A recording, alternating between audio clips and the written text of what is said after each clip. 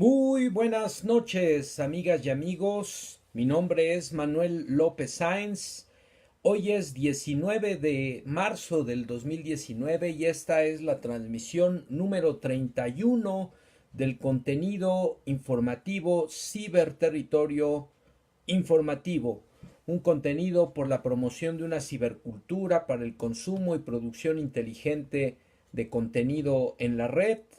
Les recuerdo que este esfuerzo ya contempla un espacio más, dos espacios más de transmisión, uno que tiene que ver precisamente con este espacio informativo, otro que promueve la educación emocional, el ciberterritorio socioemocional, conducido por la maestra Ángeles Dávalos, que por cierto el día de ayer no ocurrió la transmisión como de costumbre, toda vez que estábamos fuera de la ciudad y el internet no ayudaba mucho, además de ser día festivo. Entonces, pues decidimos, ella particularmente decidió reprogramar la transmisión, en este caso la transmisión de ciberterritorio socioemocional correspondiente al día de ayer, lunes 18 de marzo, se llevará a cabo el día de mañana, miércoles 20 de marzo, en punto de las 9 de la noche. El otro contenido que ustedes ya conocen es precisamente el contenido ciberterritorial, ciberterritorio bohemio, un espacio por la promoción de la cultura, el trabajo comunitario y el sano y libre esparcimiento. Y estamos desde luego en espera de próximos contenidos que se sumen a esta barra ciberterritorial por la promoción, insisto, de una cultura para el consumo y producción inteligente de contenido en la red. Tenemos dos invitaciones ya elaboradas y les reiteramos a ustedes la invitación a quienes quieran proponernos un contenido, un espacio para compartir con esta que aspira a ser una comunidad para producir y consumir contenido propio en la red.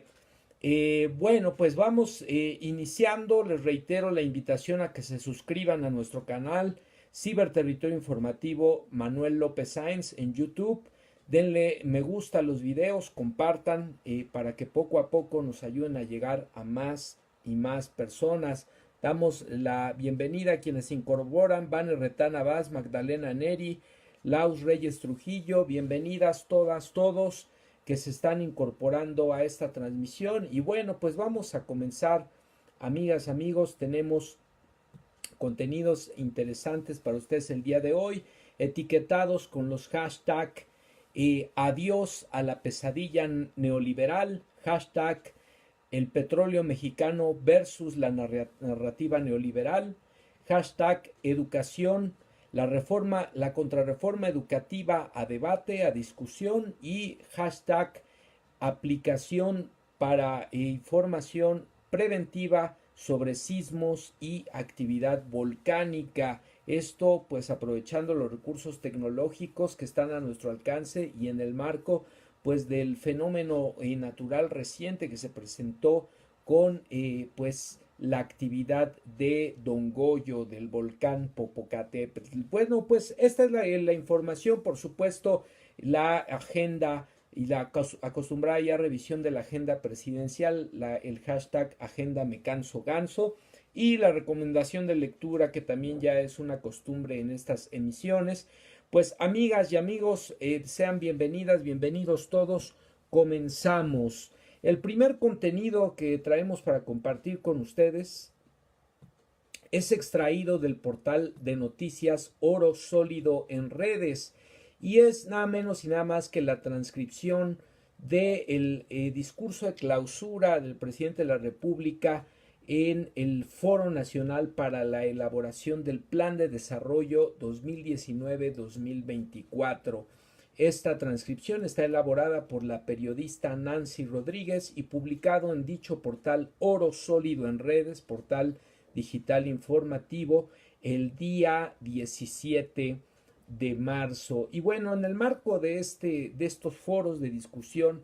ocurrió precisamente lo que el presidente de la República denominó el fin de la pesadilla neoliberal, por lo menos en términos discursivos y de apuesta hacia una política de desarrollo que esté generada desde nuestro propio territorio y atendiendo a las necesidades de la población y no dictada por organismos internacionales como el Fondo Monetario Internacional, el Banco Mundial, el Fondo Interamericano por el Desarrollo, la Organización para la Cooperación y el Desarrollo Económico, como ocurrió precisamente en este periodo de gobiernos que siguieron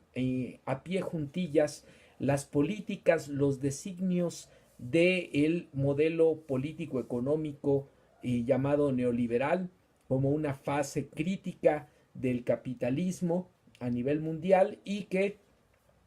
pues los resultados de la misma, su implementación hacia inicios de la década de los 80 y hasta el año pasado, en el caso de nuestro país, es un sistema que continúa vigente en otras latitudes, pero bueno, aquí se plantea una corte de caja y una nueva etapa en materia de políticas de desarrollo económico, social por parte del gobierno mexicano, procurando atender a las necesidades reales de la población y desde el ejercicio soberano del poder y la responsabilidad que un Estado tiene para con su población, que es precisamente la promoción, la procuración del bienestar de una población en materia de acceso a servicios, en materia de integridad física, psicológica y en materia, desde luego, de sentido de pertenencia y integración propiamente a la comunidad a la que pertenece. Entonces, en ese sentido, el discurso de clausura del presidente en este foro para la elaboración del Plan Nacional de Desarrollo 2019-2024. Dijo Andrés Manuel López Obrador, con este foro se inician los trabajos y declaramos el fin de la política neoliberal de pillaje antipopular y entreguista. Esta fase, decíamos, crítica del capitalismo, que se caracteriza por la entrega, la desnacionalización, la privatización de sectores estratégicos para el desarrollo de un país como el nuestro y a nivel mundial de muchos otros países, la entrega de sus recursos a las empresas transnacionales, la entrega de sus recursos a gobiernos extranjeros, particularmente las potencias hegemónicas como el caso de los Estados Unidos, pero que también está en este nuevo escenario multipolar el caso de China, el caso de Rusia, entre otros, que están pues tratando de sentar las bases de su poderío, de su control geopolítico, hegemónico a nivel mundial. Y en ese marco, bueno, pues el nuevo gobierno de nuestro país decide voltear a ver qué es lo que necesita el país, qué es lo que necesita la nación, el pueblo, y qué es lo que se debe procurar para los próximos años en materia de crecimiento económico, de desarrollo, de inclusión social, de el plan en su conjunto de este Plan Nacional de Desarrollo. Y dice así, decía López Obrador en este discurso de clausura: ya se terminó con esa pesadilla que fue la política neoliberal. Declaramos formalmente desde Palacio Nacional el fin de la política neoliberal. Quedan abolidas las dos cosas. Por un lado, el modelo neoliberal y su política económica de pillaje, antipopular y entreguista, remarcó el mandatario. Destacó que los foros son encuentros relevantes para que el gobierno y el pueblo elaboren en conjunto el programa que habrá de seguir el camino de la nación en los próximos 6 años, de acuerdo con la realidad y necesidades concretas del país.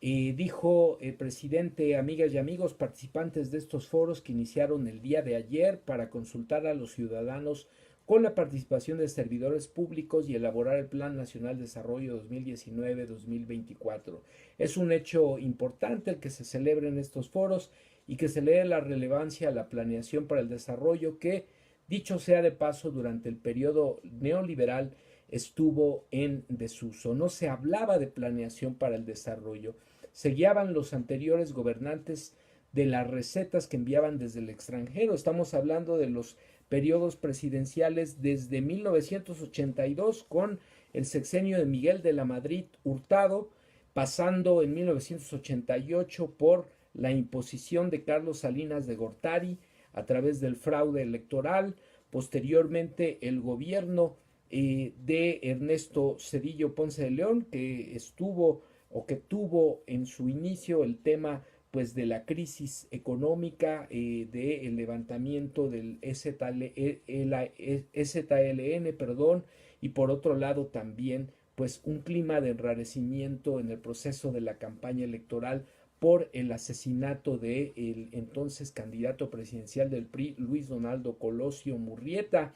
Posteriormente, pues el gobierno de Vicente Fox en el año 2000, que traicionó la expectativa de cambio o transformación de régimen, que lo llevó a la presidencia de la República por el llamado voto útil. El caso del gobierno de Felipe Calderón en 2006, llegado también por la vía del fraude electoral frente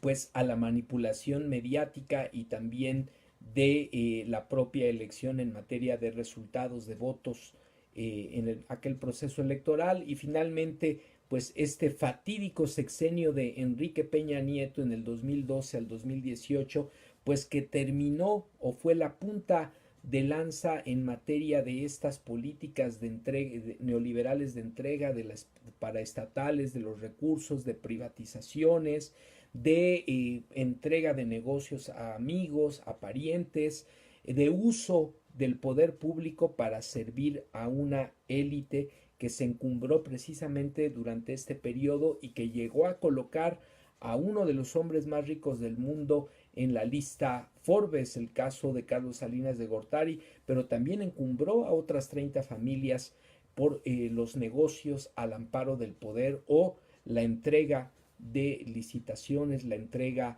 de recursos económicos a esta élite encumbrada por el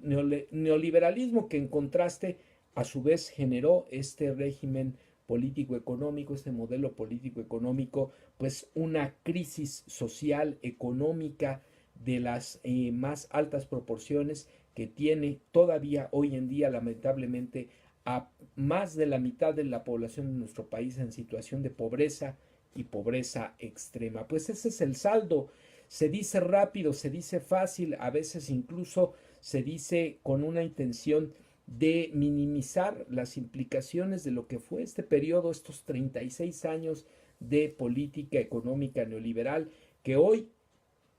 se declara en el discurso han concluido, pero desde luego todavía hay un trabajo importante que hacer en materia gubernamental, en materia también de la participación de la ciudadanía, de la sociedad mexicana en su conjunto, para poder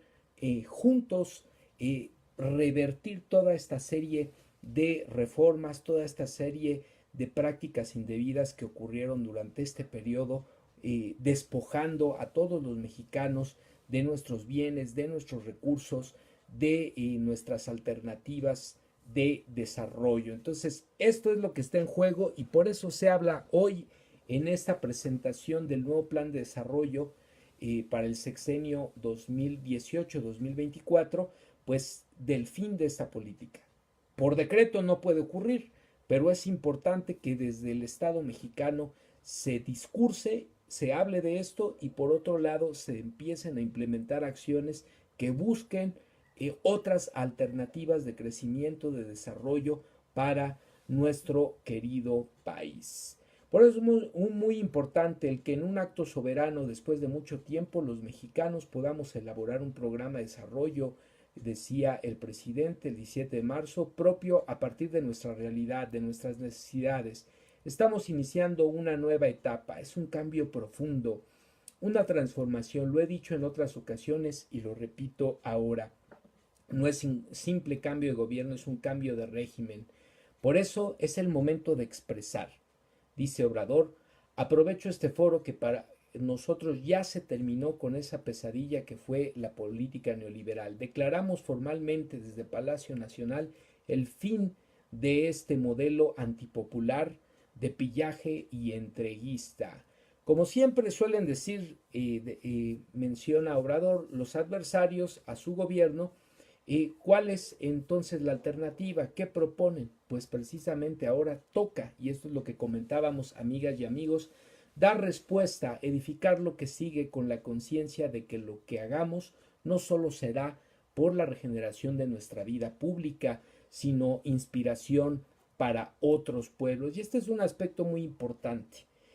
Ya en otro momento de la revisión de los contenidos en esta emisión vamos a hablar de cómo históricamente México en el siglo pasado, en la primera mitad del siglo pasado, representó, por un lado, un ejemplo para muchos países de los llamados en vías de desarrollo como el nuestro, en materia de su política energética, de la activación del sector energético en el país, y por otro lado, cómo eso fue visto como un riesgo por parte del gobierno de los Estados Unidos como potencia hegemónica, eh,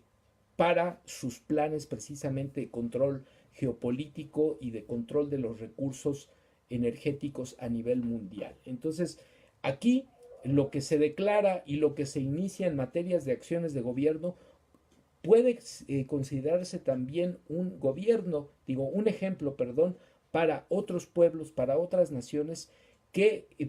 empiecen a buscar también sus propias alternativas en materia de desarrollo, de crecimiento, atendiendo a las necesidades de su población y no alineándose a las políticas de instancias, de organismos, de gobiernos internacionales, como el caso de Estados Unidos y los organismos económicos financieros que también ya mencionamos al inicio de la nota. Es momento de iniciar una nueva etapa no solo en nuestro país, sino a nivel mundial, de modelos alternativos de desarrollo, de crecimiento, dicho sea de paso también, buscando un modelo de desarrollo, de crecimiento compatible con el ambiente. Hoy la humanidad está frente a una carrera que puede significar la supervivencia de la especie. Tenemos 30 años para combatir de manera real, significativa, el calentamiento global, para revertir el deterioro del medio ambiente, o de lo contrario estaría comprometido el futuro de las próximas generaciones. Por eso es importante un cambio de régimen, porque este modelo político económico neoliberal impuesto a nivel internacional también ha significado una crisis ambiental sin precedentes, un deterioro de la naturaleza del planeta verdaderamente brutal, con la idea de que desarrollo implica devastación, porque eso es lo que ha imperado en esta etapa del capitalismo y en el capitalismo en su conjunto, pues estamos frente a una hecatombe medioambiental de dimensiones pues que incluso podríamos considerar incalculables. Ese es el asunto, amigas y amigos, y bueno, en este contexto la presentación del cierre del foro por la discusión del Programa Nacional de Desarrollo, en el cual pues el presidente de la República plantea que es importante la discusión de algunos conceptos que estarían en juego en este nuevo modelo, en este nuevo proyecto de desarrollo. Por un lado, el concepto dice así: solo a estos tecnócratas despistados, se refiere a los científicos, a los técnicos económicos partícipes del régimen neoliberal en nuestro país y en otros países a nivel mundial. Solo a estos tecnócratas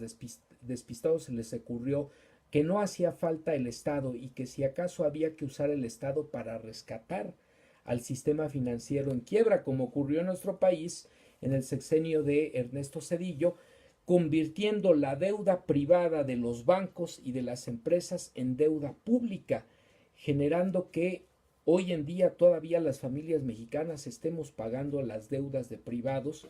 porque se implementó este llamado rescate financiero, el llamado Fobaproa, en aquel sexenio, como un ejemplo de las acciones que en el marco de este modelo político económico neoliberal se consideraron como estratégicas para la intervención de un Estado como el mexicano. Se trata de rescatar a los grandes capitales, a los grandes consorcios, Ahí no critican el populismo, el paternalismo selectivo, ahí sí se les llama medidas necesarias, emergentes, de avanzada, se les nombra a estos gobernantes grandes estadistas, pero cuando se trata de destinar un poco de recursos a los sectores más vulnerables, entonces se tilda de populismo, de actitudes demagógicas, se habla de prácticas electoreras, ahí sí para los sectores más vulnerables, nada. Para los sectores más encumbrados, absolutamente todos los beneficios, todos los apoyos, todas todos los privilegios. Y eso es lo que se tiene o lo que se busca erradicar con esta nueva política de desarrollo a nivel nacional. Y bueno, otro concepto, dice el presidente en su discurso, no dejar a nadie atrás, no dejar a nadie afuera. Esto significa igualdad sustantiva entre mujeres y hombres, la dignidad de los adultos mayores y el derecho de los jóvenes a tener un lugar en el mundo. Rechazamos toda forma de discriminación por características físicas, posición social, escolaridad, religión, idioma, cultura, lugar de origen, preferencia política, ideológica, identidad de género, orientación y preferencia sexual. Este es otro de los componentes que están o deberán estar presentes en este nuevo proyecto de desarrollo. Un proyecto de desarrollo incluyente de sectores, de diversidad cultural, de sujetos en toda la expresión de la palabra con sus distintas manifestaciones de diversidad.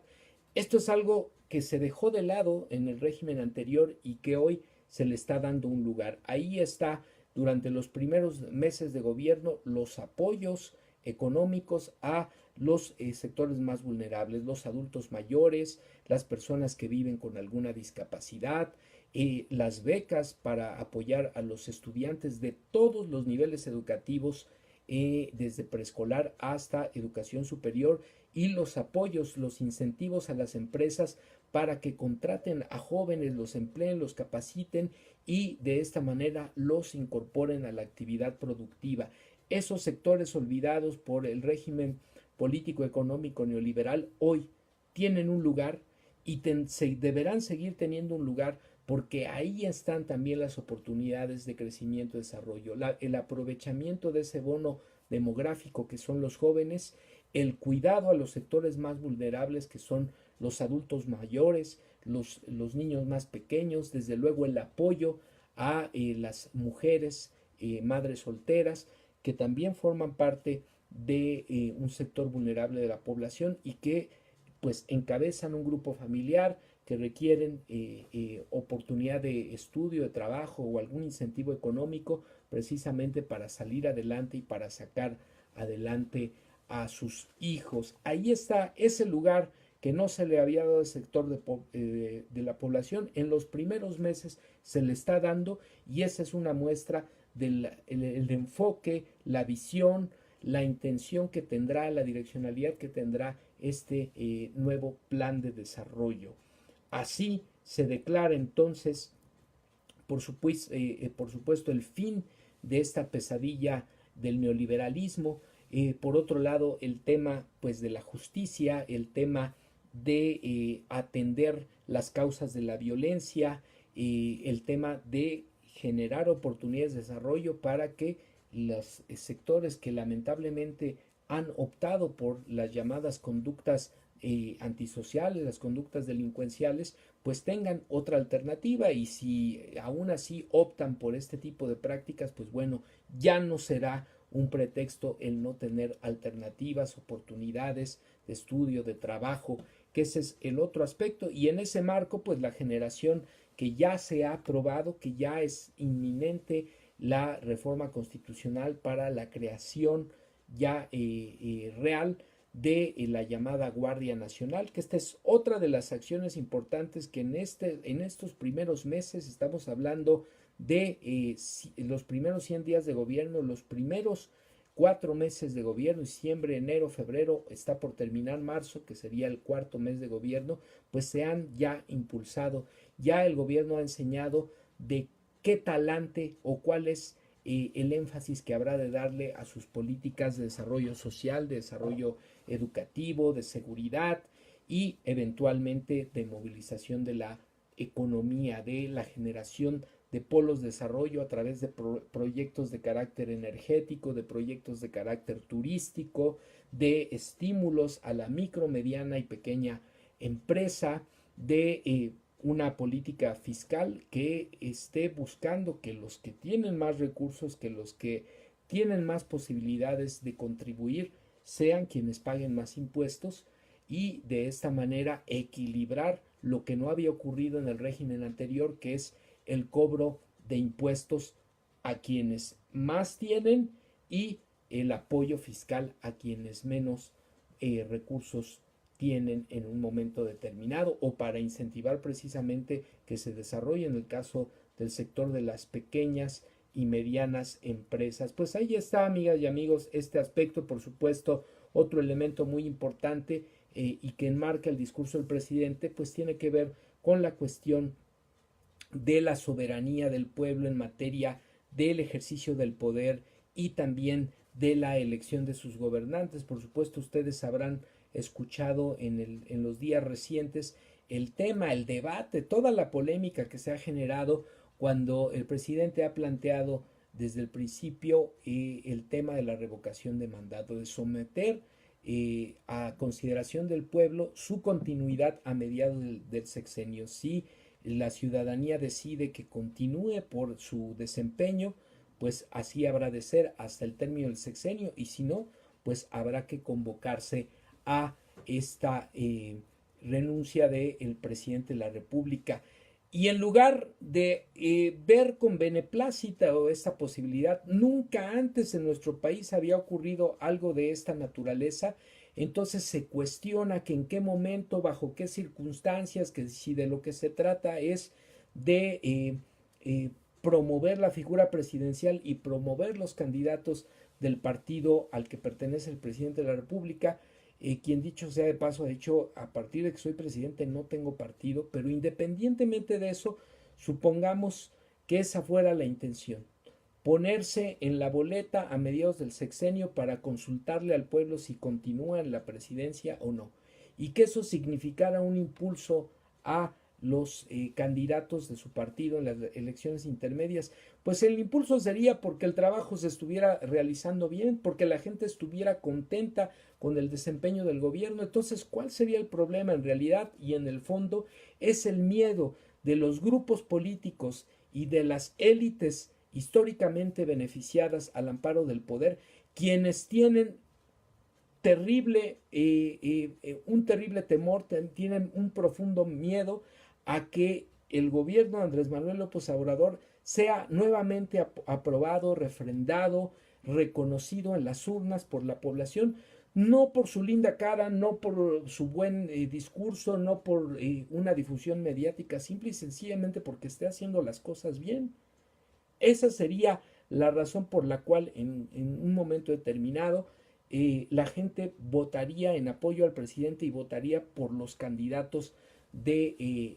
el partido Morena en un momento determinado, si así ocurriera. Y si no ocurre así, sería también una muestra de que no se habría cumplido con las expectativas, con las demandas de la población, y la población también tendría el derecho de castigar por la vía del voto a quienes no hayan cumplido con lo ofertado en campaña. Entonces, ahí está. Esos son algunos de los conceptos que implica esta nueva manera de gobernar, esta postura frente a la población y sobre todo esta visión del desarrollo económico para nuestro país, concretada en la discusión en los foros para la construcción de este Plan Nacional de Desarrollo 2018-2024. A ver, amigas y amigos, ustedes,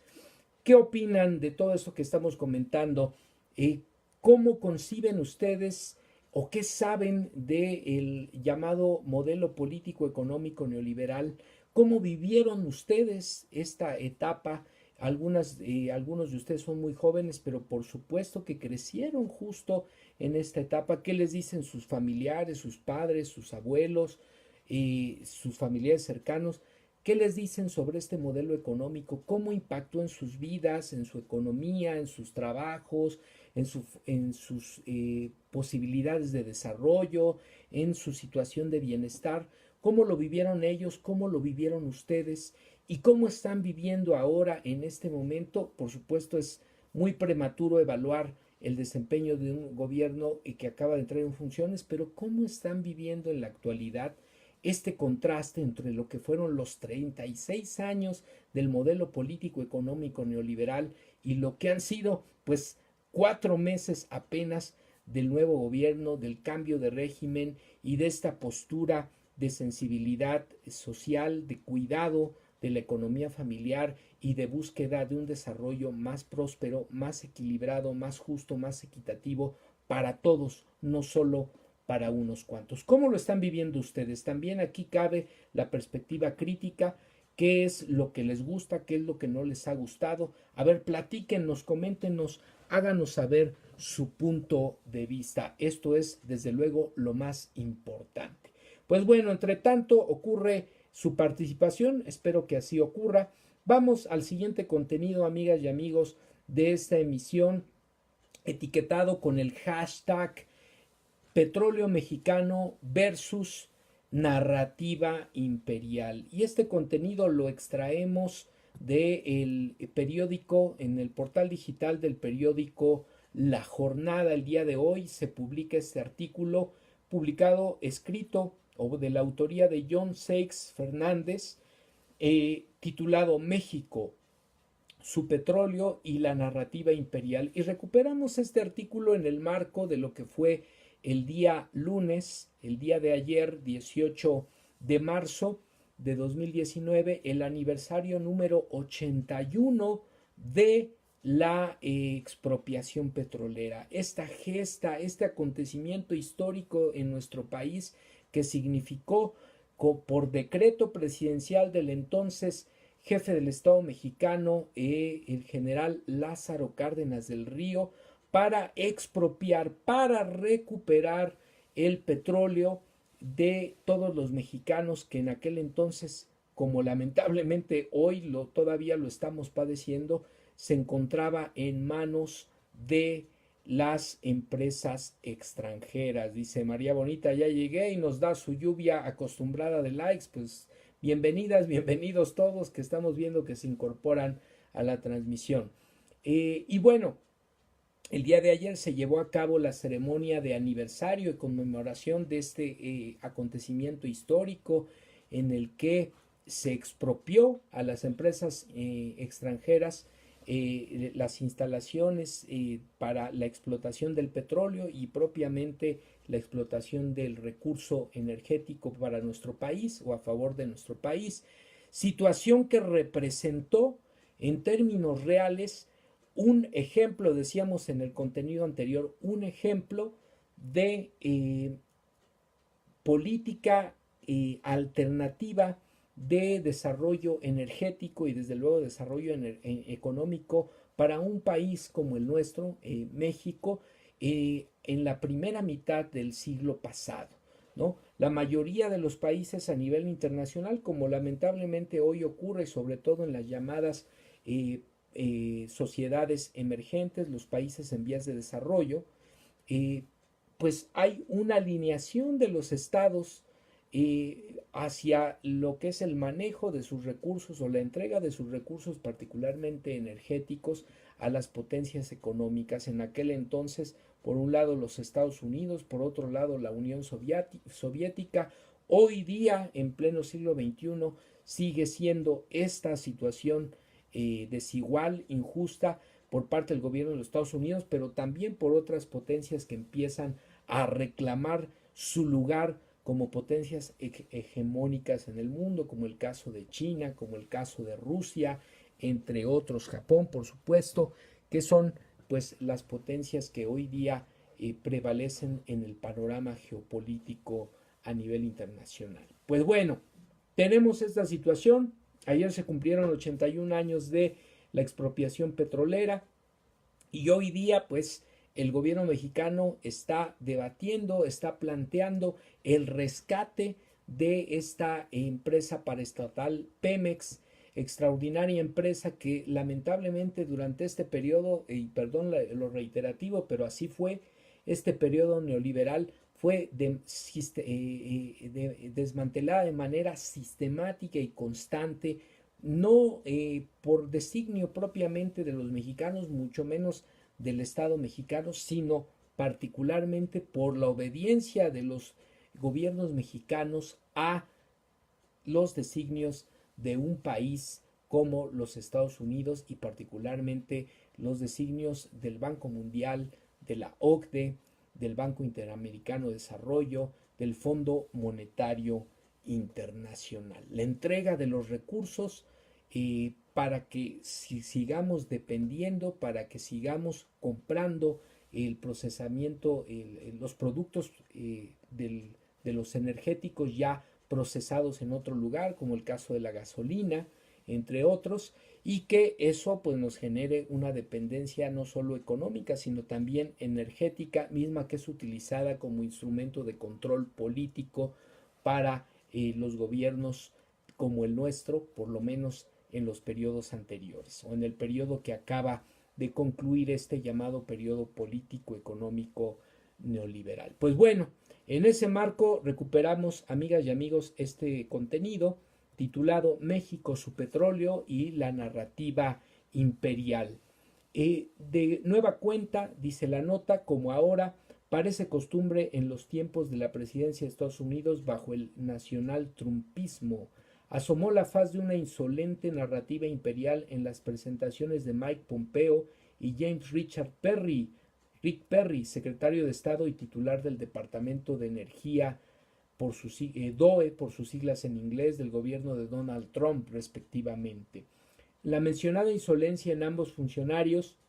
tiene su manifestación estructural en una narrativa triunfalista, desmesurada sobre la capacidad geológica de la explotación de combustibles fósiles no convencionales, el llamado shale, de generar una abundancia energética sólida.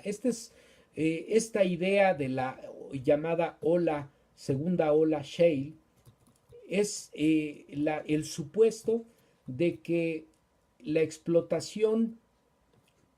de la roca de esquisto llamada shale, que es una formación sedimentaria que contiene gas y petróleo, va a representar para Estados Unidos un segundo momento de hegemonía y de control de las fuentes energéticas a nivel mundial. Es decir, que a través de esta segunda ola y el control de los recursos energéticos, no solo en su país, sino sobre todo en quienes poseen esta llamada shale, esta roca esquisto que contiene gas y contiene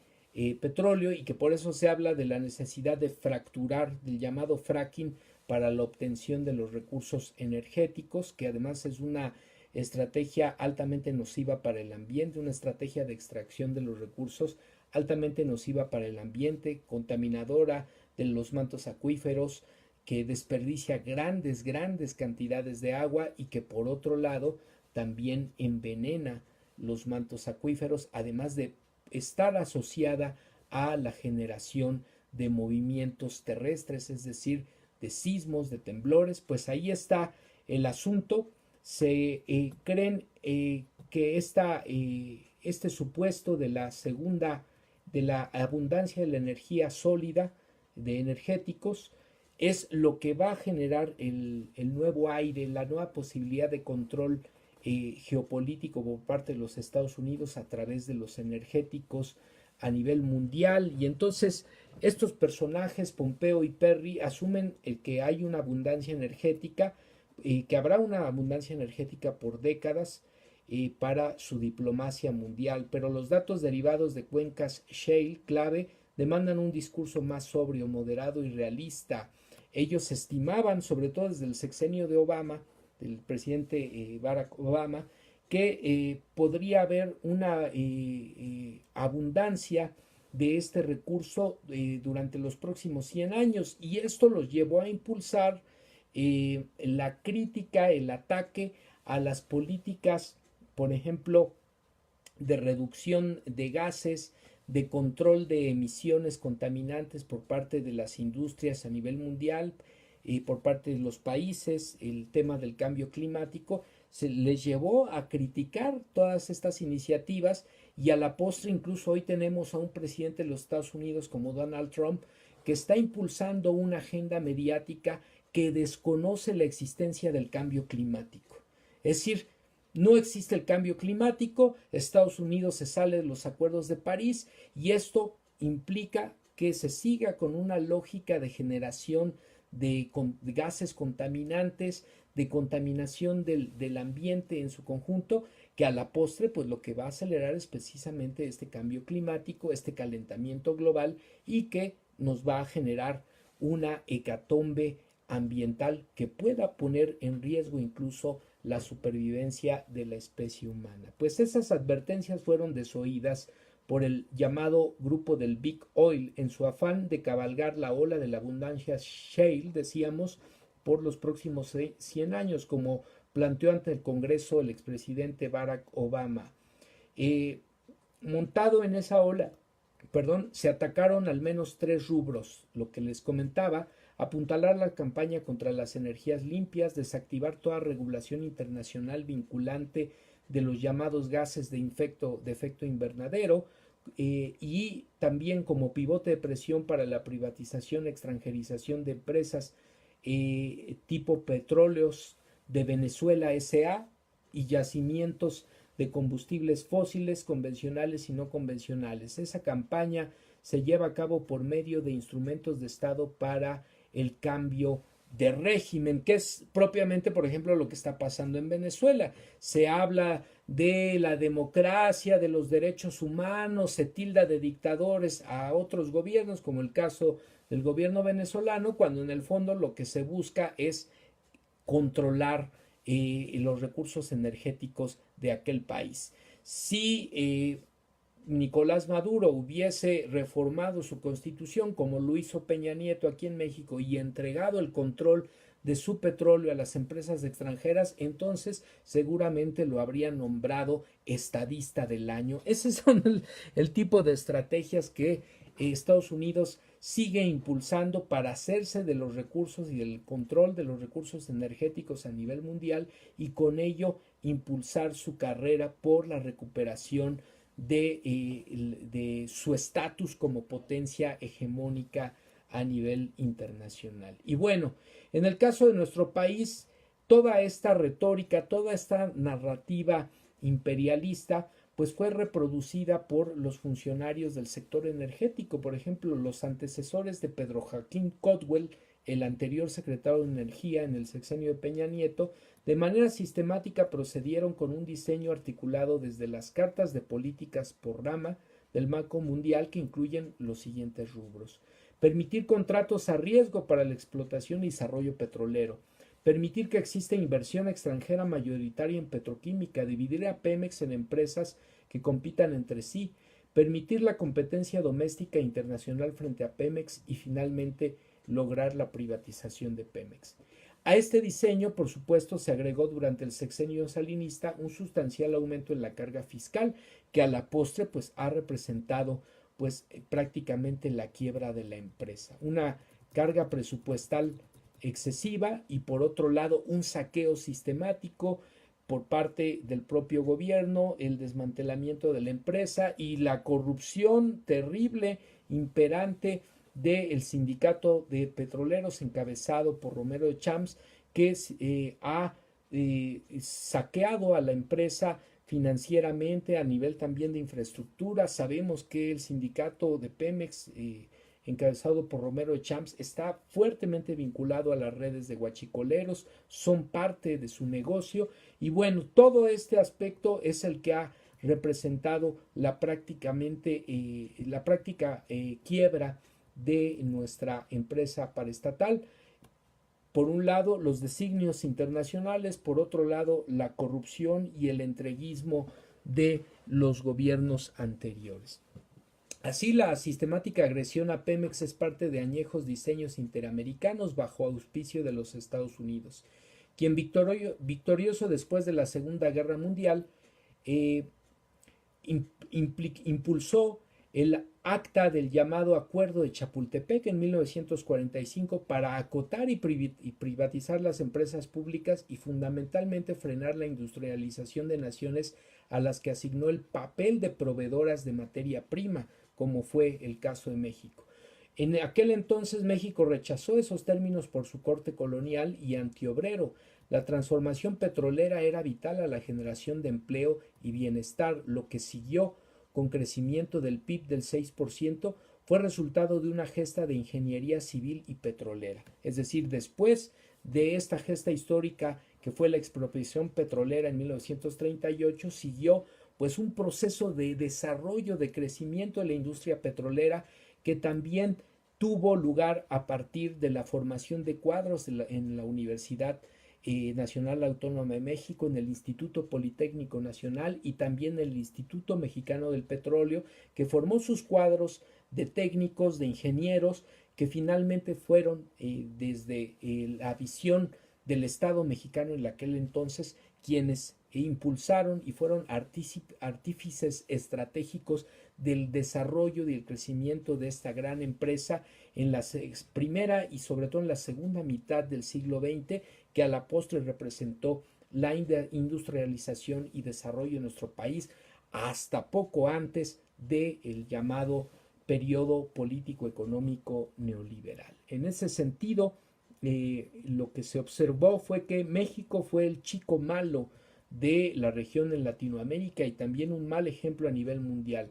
Y ya que nacionalizó el petróleo en 1938, como decíamos, desatendió el diseño colonial y militar estadounidense que demandaba que solo se fungiera como país proveedor de materia prima y desplegó gran esfuerzo en la preparación, decíamos, de trabajadores y técnicos, que fue también una verdadera gesta histórica, académica, política, económica, en la que se vieron involucrados actores del Estado mexicano y de las máximas casas de estudio y desde luego la mano de obra de nuestros extraordinarios trabajadores del petróleo mexicano. Así, por ejemplo, José Felipe Ocampo Torrea, en La Energía en México, publicada por el SAGE de la UNAM en 2008, muestra cómo la petroquímica fue desarrollada en forma extraordinaria en México, obteniendo en su sector estatal producciones de cerca de 20 millones de toneladas anuales, pero el impulso de Pemex a encadenamientos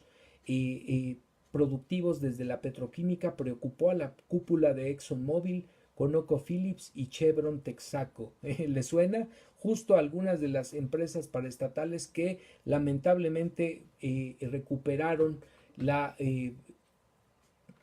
la explotación del petróleo a manos de la mal llamada reforma energética en el sexenio pasado. A finales de la década de los años 60, incluso recuerda Michael Tanzer en el Wall Street Journal, destacaba que el monopolio petrolero nacionalizado de México es tan exitoso, o era tan exitoso, que preocupaba a las firmas de la industria. Temían que otras naciones siguieran el ejemplo de Pemex, cuya eficiencia puede dañar las operaciones de petroleras privadas en el resto de América Latina y en Oriente Medio. Pues así veían a México desde el exterior y particularmente desde el gobierno de los Estados Unidos, ya en la segunda mitad del siglo XX, con esta extraordinaria empresa paraestatal Pemex, que lamentablemente se decidió desmantelar y entregar en los últimos 36 años de gobiernos neoliberales encabezados por el Partido Revolucionario Institucional y también el Partido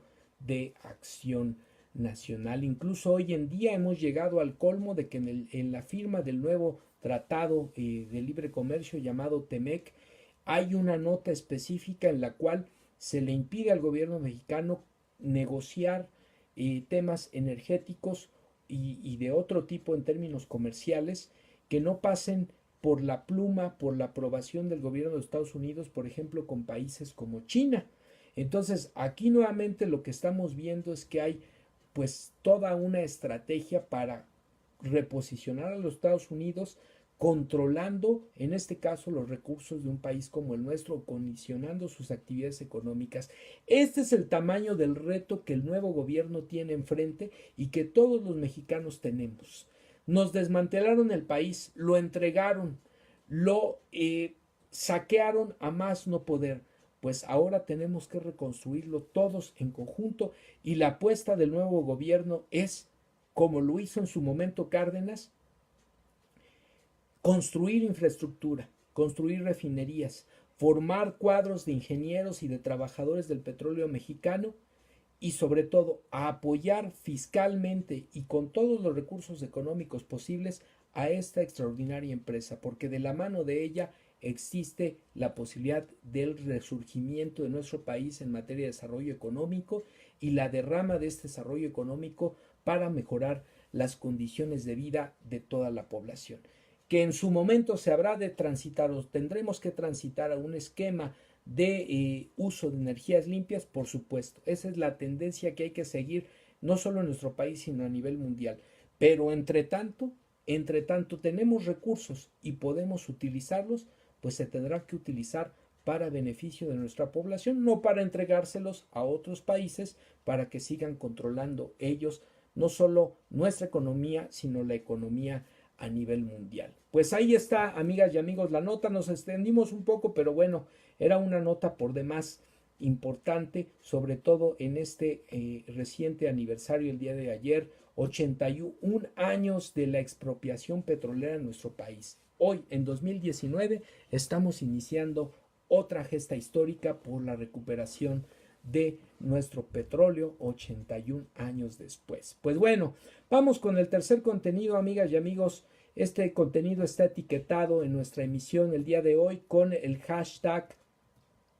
Contrarreforma Educativa a Debate. Y este contenido lo recuperamos del portal de noticias digital Revolución 3.0. Lo firma Salvador Corona y está publicado el día de ayer, 18 de marzo también. Se titula La educación del país a discusión en la Cámara de Diputados. Docentes deben de ser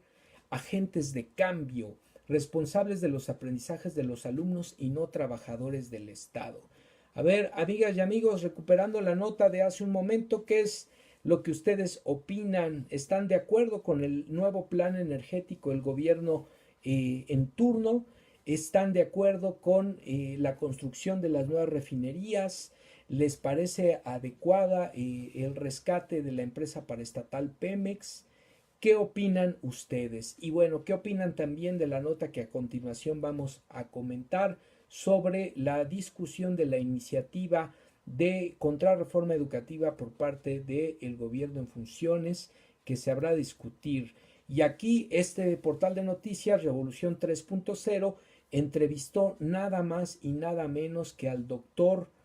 Ángel Díaz Barriga como especialista para analizar esta nueva propuesta educativa. Educación del país a discusión en la Cámara de Diputados. Docentes deben ser agentes de cambio responsables de los aprendizajes de los alumnos y no trabajadores del Estado, dice el experto de la UNAM, Díaz Barriga.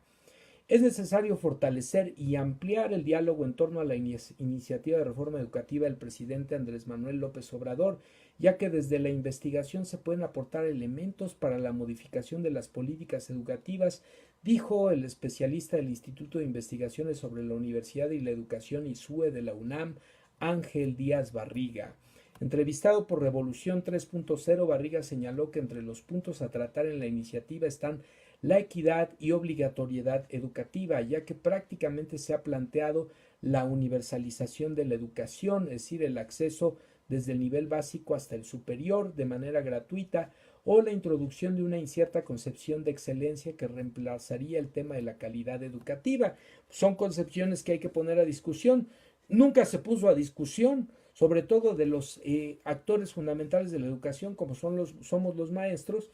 el tema de la calidad y por qué se empezó a hablar de este término de calidad en un proceso educativo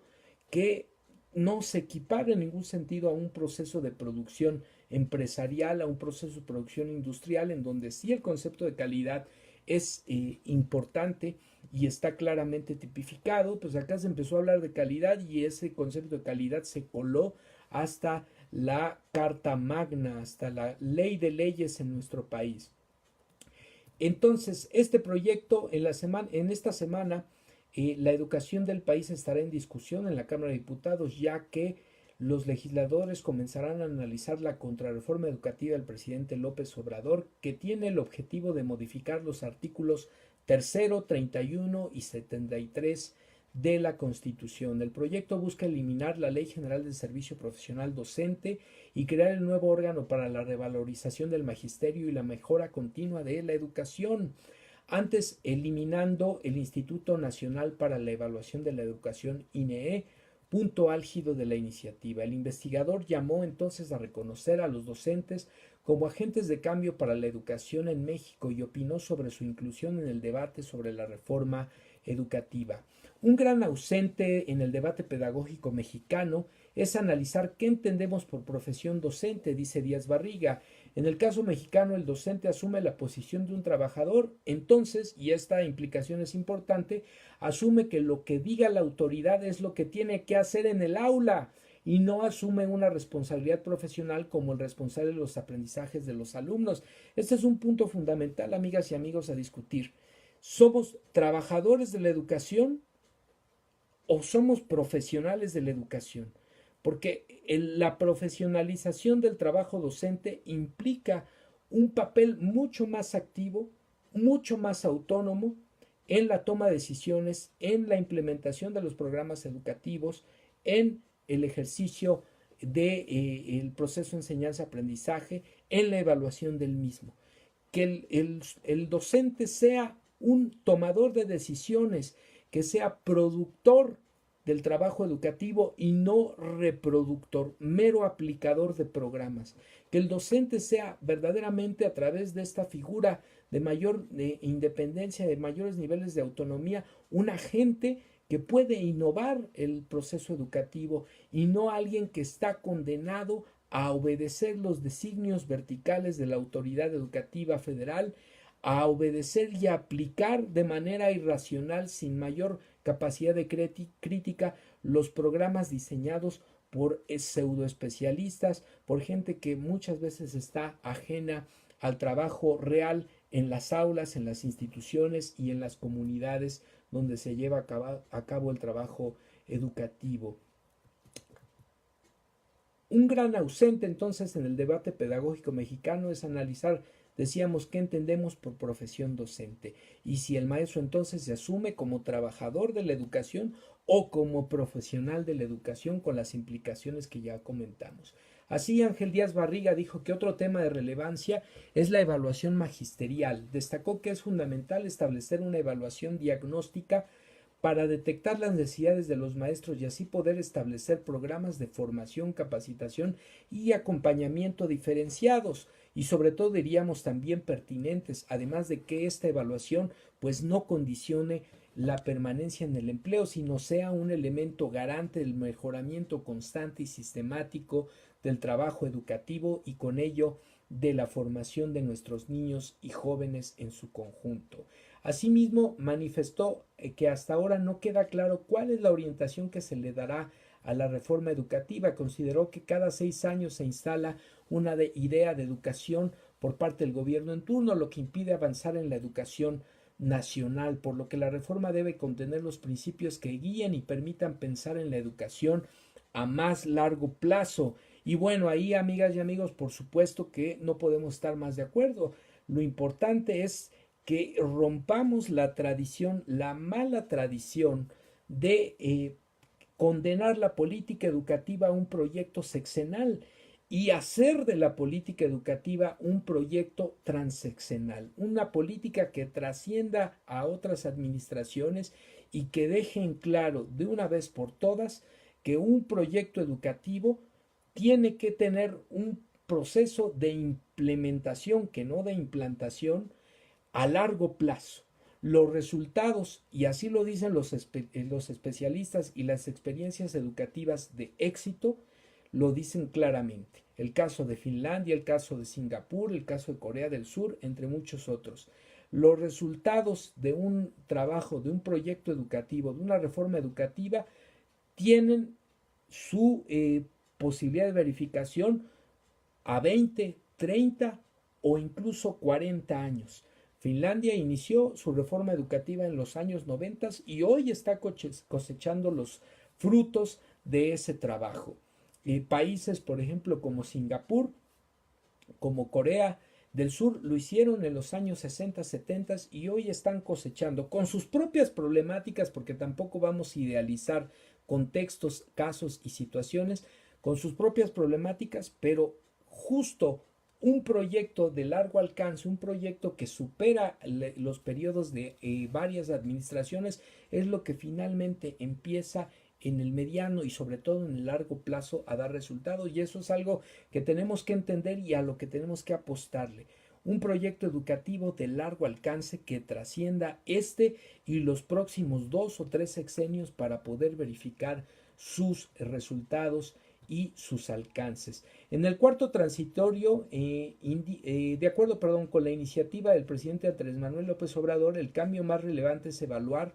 y reconocer la labor de los profesores. Por ello, en dicho proyecto de reforma se busca nuevo servicio de carrera profesional del magisterio. En el cuarto transitorio se indica, esto en cuanto a los artículos transitorios de la propuesta de reforma, se indica que los recursos humanos, materiales, presupuestales del INEE y demás elementos patrimoniales formarán parte del proceso de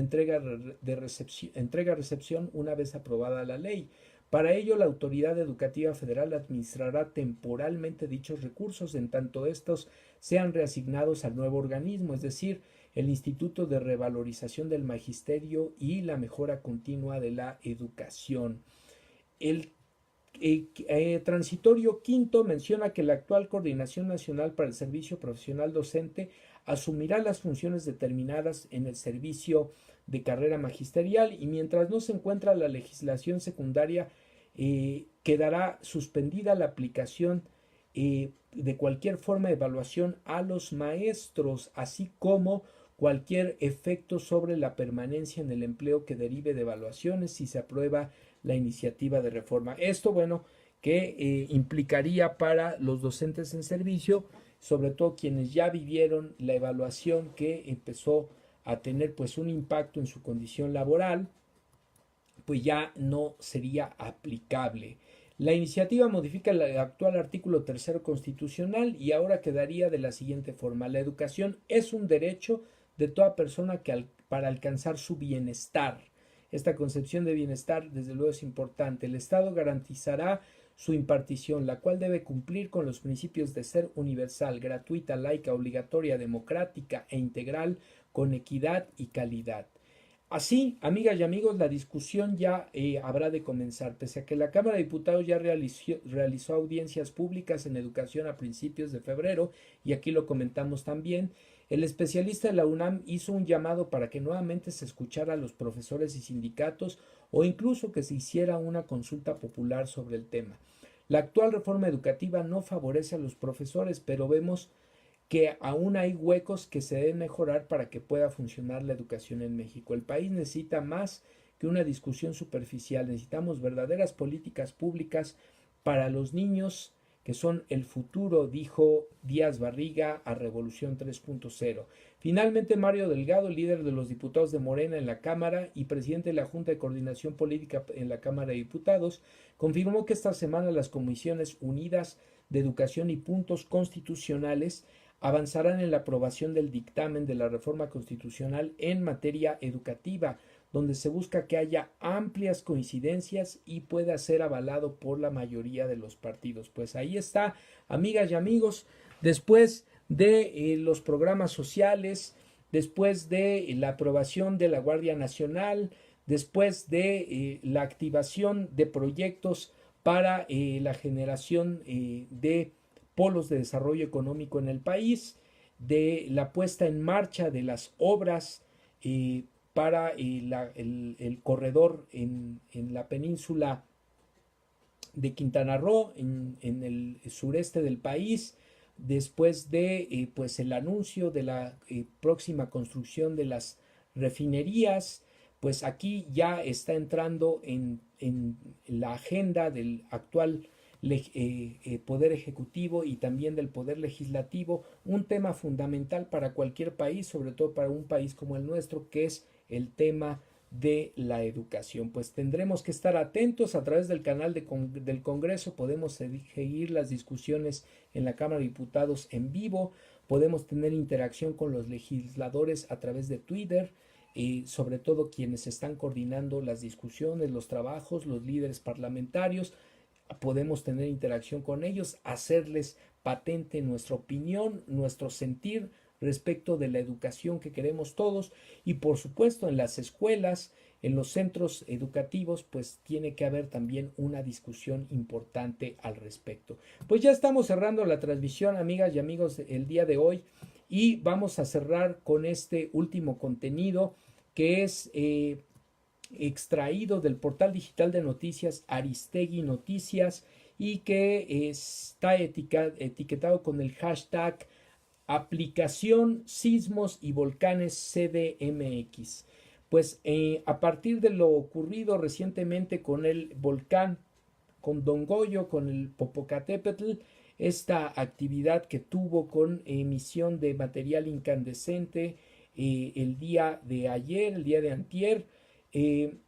dice la UNAM crea una aplicación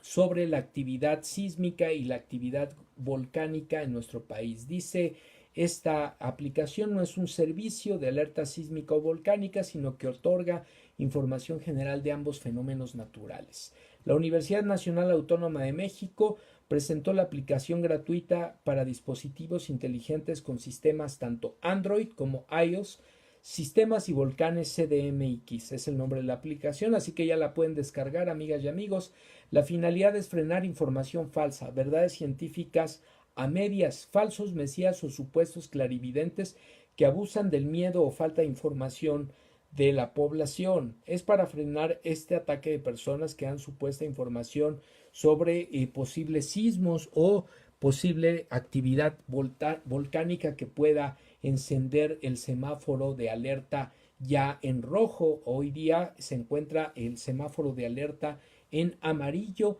lo cual pues nos coloca en un escenario de atención, pero que tampoco es una situación de emergencia. Simple y sencillamente hay que estar atentos a los reportes de las autoridades sobre el monitoreo en el caso del volcán y también la actividad sísmica que se pueda registrar y detectar a través de los sistemas de alarma que están instalados sobre todo en la costa de Guerrero.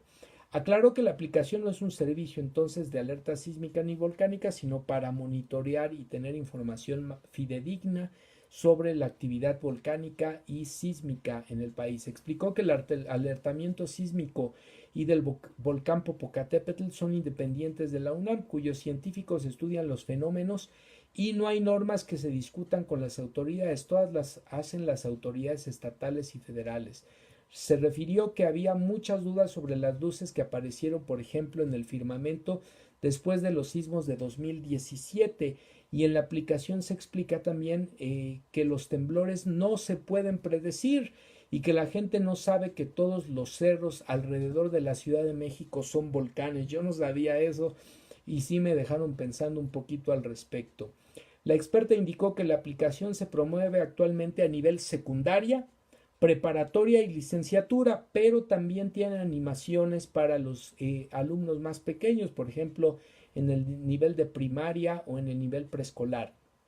Es una manera de acercarnos a niños y jóvenes a través de las tecnologías actuales, como son las animaciones para ilustrar estos fenómenos y también para proveer de información inmediata a la población, señaló la experta de la UNAM. Soler indicó que luego del terremoto de septiembre de 2017 hubo gran cantidad de dudas e informaciones que saturaron las redes sociales, pero en su mayoría provocaron más la desinformación de las personas. Indicó que una gran parte de la aplicación está enfocada en la Ciudad de México, aunque también proporciona información del país en general. Ana María Soler refirió que en la aplicación aparece la información del último movimiento telúrico registrado por el Servicio Sismológico Nacional, una vez que éste lo reportó en la red social Twitter. La nueva aplicación también contiene la subdivisión Los Volcanes y Tú, que a través del receptor del sistema de posicionamiento global GPS indica al usuario la distancia a la que se encuentra de un volcán activo en cualquier lugar de la República. También ofrece a través de trivias resolver las dudas de los usuarios en torno a los sismos y los volcanes. Contiene información de eventos geológicos del pasado, la historia geológica del Valle de México, por ejemplo, por qué tiembla y existen los volcanes, mitos y realidades, así como información de protección civil. Pues bueno, amigas y amigos, ahí está la aplicación que la UNAM presenta para el público en general. Sismos y volcanes CDMX es la aplicación, la podemos descargar en la tienda de aplicaciones que les corresponda, ya sea para el sistema Android o para el sistema iOS. Bueno, pues con esto cerramos, amigas y amigos, la transmisión del día de hoy, no sin antes hacer alusión, por supuesto, a la agenda del presidente, hashtag me canso ganso. El día 13 de marzo se daba la conferencia matutina con el tema inicial que fue la corrupción y pues la reflexión del presidente en torno a por qué no se consideraba delito grave la corrupción, cuál es la implicación precisamente en el contexto de este llamado modelo político económico neoliberal, de mucho robo, de mucho saqueo, de pillaje, de encumbramiento de élites, de grupos de poder político, económico bien identificados que al amparo del poder y desde prácticas de corrupción evidentemente lograron su encumbramiento. El 14 de marzo se compartía la entrevista que dio a periodistas del grupo ASIR, Alejandro Villalbazo e Iñaki Manero. Posteriormente, el 14 de marzo, se hablaba de la importancia de generar una cultura del debate y de fortalecer la pluralidad democrática en el contexto de la conferencia mañanera del día precisamente 14 de marzo. La importancia de acostumbrarnos a debatir, a dialogar, a que el gobierno dé cuentas, rinda información a la población y bueno, eso es parte de lo que se está impulsando en estas conferencias mañaneras. El día 15 de marzo, también en la conferencia mañanera correspondiente, se hablaba del tema inicial, el desarrollo económico y colocar o convertir a México en una potencia económica, pero en una potencia económica con sensibilidad social. El 17 de marzo se llevaba a cabo el Foro Nacional para la elaboración del Plan de Desarrollo, que comentamos al inicio de la emisión, por supuesto. El 18 de marzo se llevaba a cabo la ceremonia por el aniversario número 81 de la expropiación petrolera en Tula, en el estado de Hidalgo, y el día de hoy en la mañanera se hablaba de la importancia de la soberanía del pueblo y que sea el pueblo quien decida el destino de su país y por supuesto quién está al frente del gobierno, sobre todo en este debate que se ha venido dando en los últimos días sobre la propuesta de la revocación de mandato y pues toda la discusión que en los medios y en el sector político y social de nuestro país se ha venido dando en torno a este ejercicio que es inédito para un país como el nuestro y que no tendríamos otra cosa más que celebrarlo, aplaudirlo e incentivar esta práctica como parte de una nueva cultura democrática en nuestro país. Pues con ello, amigas y amigos, cerramos la emisión. Por supuesto, no sin antes recomendar la lectura del día de hoy. Este libro, perdón, lo tenemos al revés. Este libro, Ética, Orientaciones Básicas, que es un libro de la Fundación Ethos, está escrito por el filósofo de origen venezolano, pero ya avecindado desde hace varios años en nuestro país. Este libro que, perdonen ustedes, aquí está, a ver, es de la Fundación Ethos. A ver, aquí, coordinador académica, bueno, el coordinador administrativo, es que estoy buscando aquí el nombre del autor, porque no me aparece.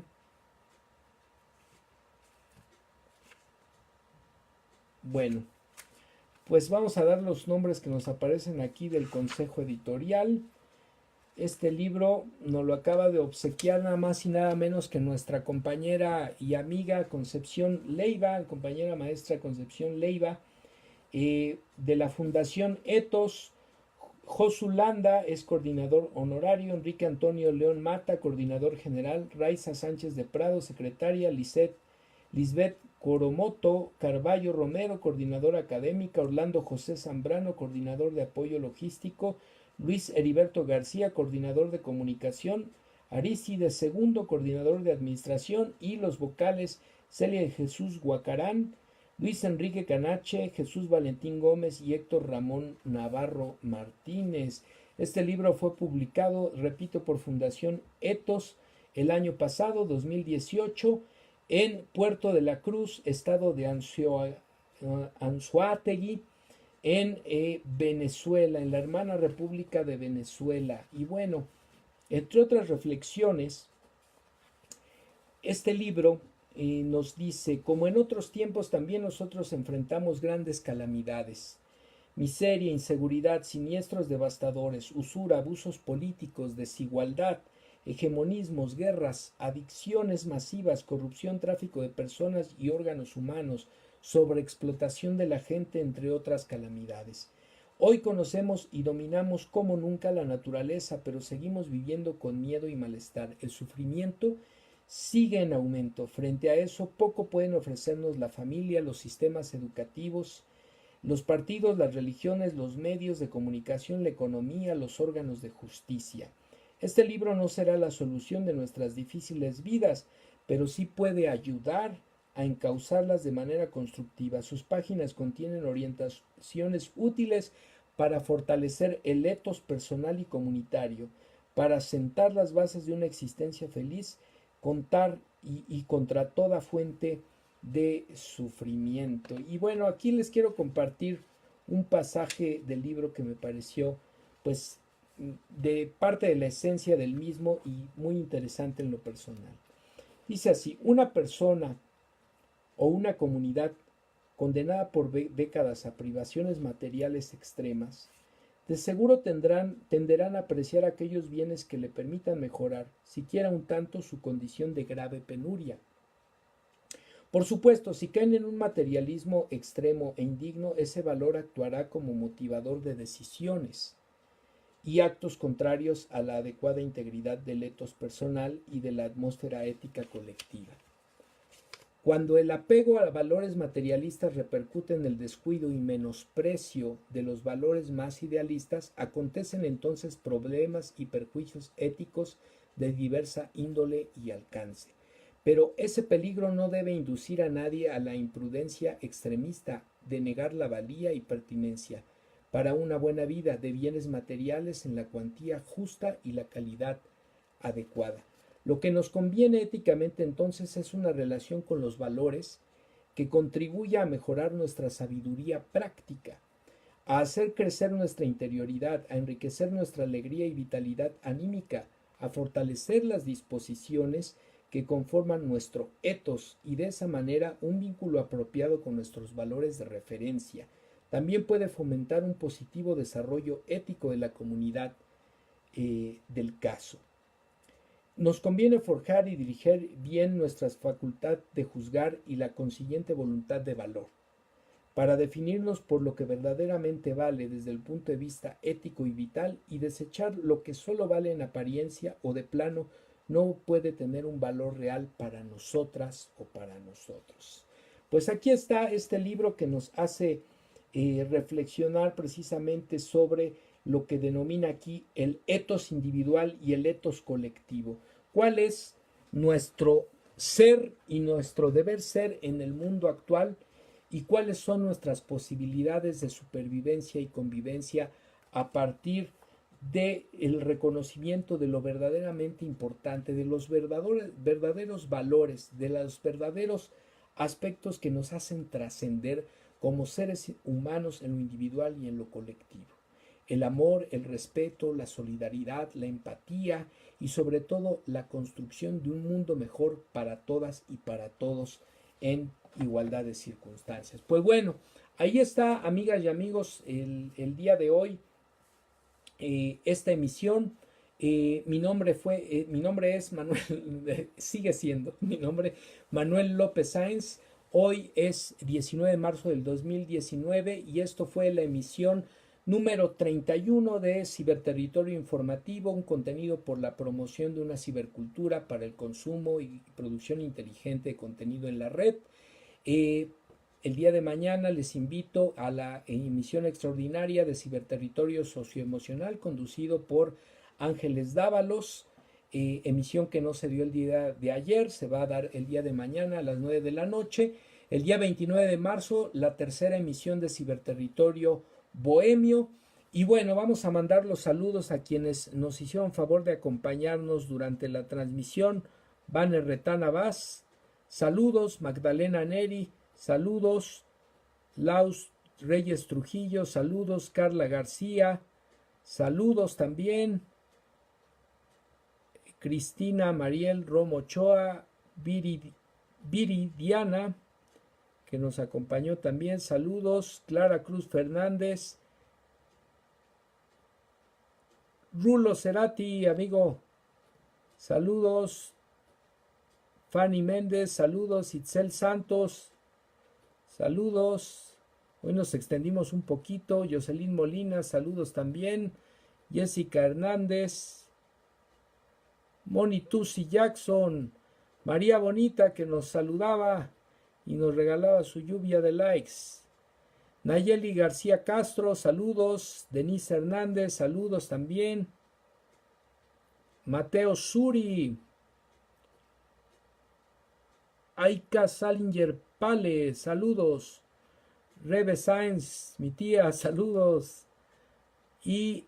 Banner Retana Vaz, también muchos saludos. Pues muchas gracias a todas y todos que nos acompañaron. No olviden suscribirse al canal de YouTube Manuel López Sáenz, Ciberterritorio Informativo. Denle me gusta a los videos, compártanlos para que poco a poco lleguemos a más personas. Pues esto fue todo por el día de hoy. Hasta la próxima. Que descansen. Muy buenas noches.